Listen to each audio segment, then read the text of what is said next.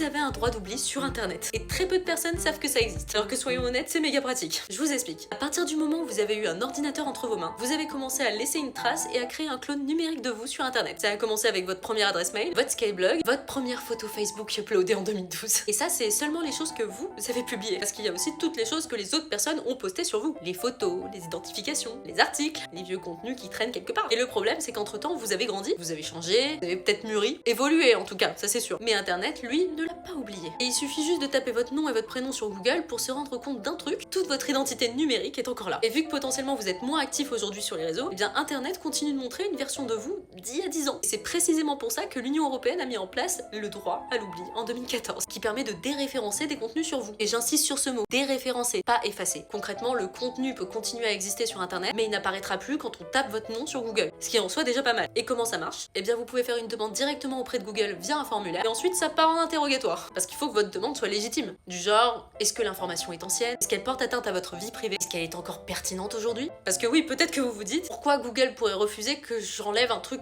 qui me concerne? Eh bien seulement si cette information est considérée d'intérêt public. Mais bon, votre soirée bière en seconde B, normalement ça passe. Et normalement, suite à cette demande, vous pourrez avoir un déréférencement. Et pour l'effacer, eh bien là ça concerne directement le site qui héberge l'information. Et donc là, Google n'a aucun droit. Mais je trouve que cette loi déjà elle est pratique, pourquoi? Bah si vous passez un entretien d'embauche avec des recruteurs un petit peu trop curieux, si vous avez un date avec quelqu'un qui enquête sur vous avant même de vous rencontrer, si vous avez des collègues comme les miens qui aiment bien fouiller dans le passé des autres et le ressortir en réunion, là maintenant vous savez que